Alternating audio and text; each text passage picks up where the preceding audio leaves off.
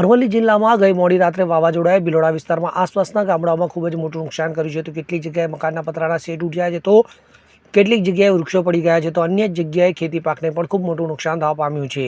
ભિલોડામાં mini વાવાઝોડાએ વિનાશ વેર્યો છે, તો કિશનગઢ હોય, વિજલપુર હોય, આ તમામ વિસ્તારોમાં વાવાઝોડું ફરી વળતા ખેતીના પાકોને નુકસાન પહોંચ્યું છે. જેથી આ તમામ વિસ્તારના ખેડૂતોની માંગ છે કે નુકસાનનું સર્વે કરવામાં આવે અને સરકાર દ્વારા આ તમામ વિસ્તારમાં જે પણ નુકસાન થયું છે તેમને સહાય આપવામાં આવે. મારું નામ પગી રજનીકાંત કુમાર રાજેશભાઈ છે. હું વેજપુર ગામનો રહેવાસી છું. ગઈકાલે વાવાઝોડાને કારણે મારા પાકને બહુ નુકસાન થયું છે. મેં બાજરીનું વાવેતર કરેલું હતું અને તેથી મારી નમ્ર વિનંતી છે કે તંત્ર સર્વે કરે અને મને સહાય આપે. કેટલા એકરમાં વાવેતર કરેલું હતું? 2.5 એકર. ભિલોડાના કિશનગઢમાં વાવાઝોડાથી ભેંસોના તબેલાના છાપરા ઉડ્યા, તો કેટલીક જગ્યાએ 2 પશુઓ ઇજાગ્રસ્ત થયા હતા, જ્યારે એક ભેંસનું મોત નીપજ્યું હતું. જેથી આ પશુપાલકો પણ સરકાર સામે માંગ કરી રહ્યા છે કે વાવાઝોડાના કારણે તેમને નુકસાન પહોંચ્યું છે અને પોતાની આજીવિકા છીનવાઈ છે, તો સરકાર દ્વારા આ લોકોને પણ સર્વે કરી અને સહાય ચૂકવાય તેવી માંગ કરવામાં આવી રહી છે. બોલો. હું ડૉક્ટર રાકેશભાઈ બોડાદ કિશનગઢ ગામનો વતની છું.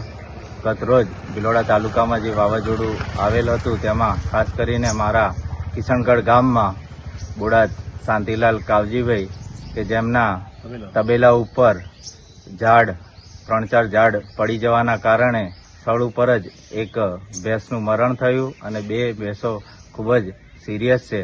તેમજ બાજુમાં તેમના ઘર ઉપર ઝાડ પડવાના કારણે તમામ પતરા તૂટી ગયેલ છે.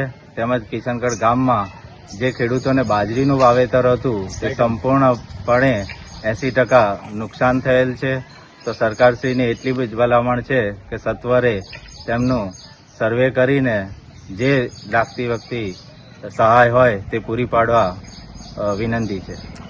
ગામ બોડાદ શાંતિલાલ કાવજીભાઈ, ગામ કિશનગઢ, બોડાદ ફળિયામાં રહું છું અને મારા તબેલામાં ઘાસ હતું હુસેલ, એ 50% એટલે 1 ટ્રેક્ટર જેટલું ઉડી ગયું છે. ઉપરના પતરા બધા ઉડીને વેરવિખેર થઈ ગયા છે અને એક ઝાડ પડવાથી બહારનો ભાગમાં ભેંસ પાડી હતી, એ અંદર દટાઈને મરી ગઈ છે અને 2 ઘાયલ છે.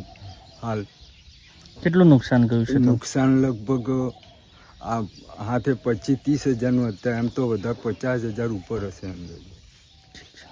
ભિલોડાના આસપાસના વિસ્તારોમાં કમોસમી વરસાદથી જાણે લોકો ઉપર આપ તૂટ્યું હોય તેવો માલ સર્જાયો છે. જેથી સરકાર દ્વારા આ વિસ્તારનું નુકસાનીનું સર્વે કરવામાં આવે અને ખેડૂતોને 2 પાંદડી કરવામાં આવે તેવી માંગ કરવામાં આવી રહી છે.